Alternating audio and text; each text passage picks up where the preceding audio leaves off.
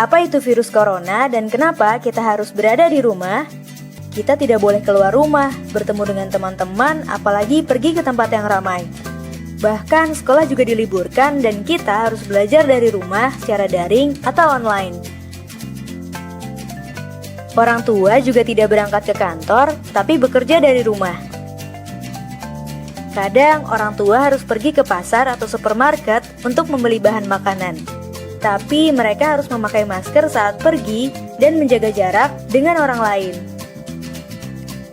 Saat sudah pulang pun, mereka langsung cuci tangan dan ganti baju.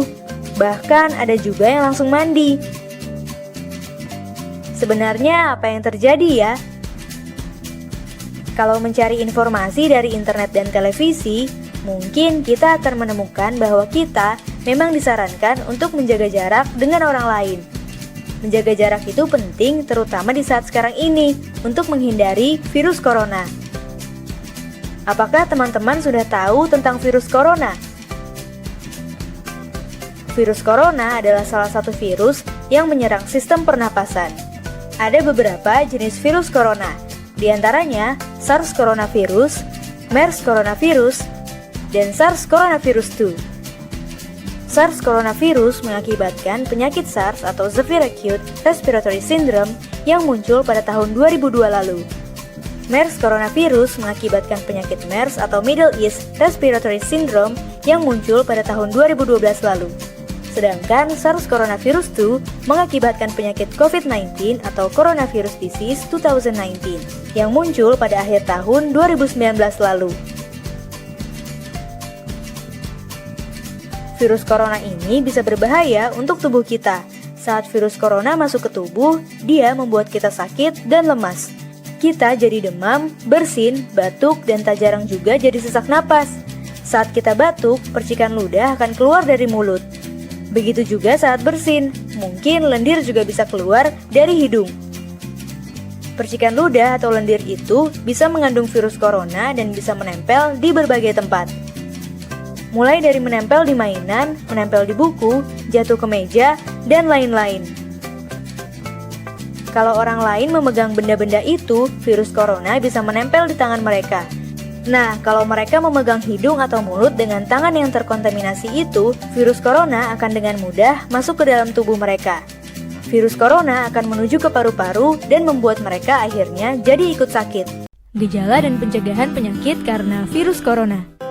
Ada beberapa gejala yang dialami seseorang saat terkena virus corona, yaitu demam dan suhu tubuh yang tinggi, batuk kering dan tidak berdahak, serta napas pendek atau kesulitan bernapas. Namun begitu, ada beberapa orang yang tidak menunjukkan gejala apapun, tapi ternyata terkena virus corona ini. Maka itu, kita harus selalu waspada dan tetap memperhatikan kesehatan kita.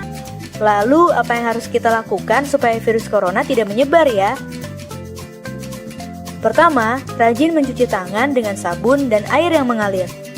Sabun bisa membunuh virus corona dan virus lainnya di tangan kita, lalu ikut jatuh terbawa air yang mengalir.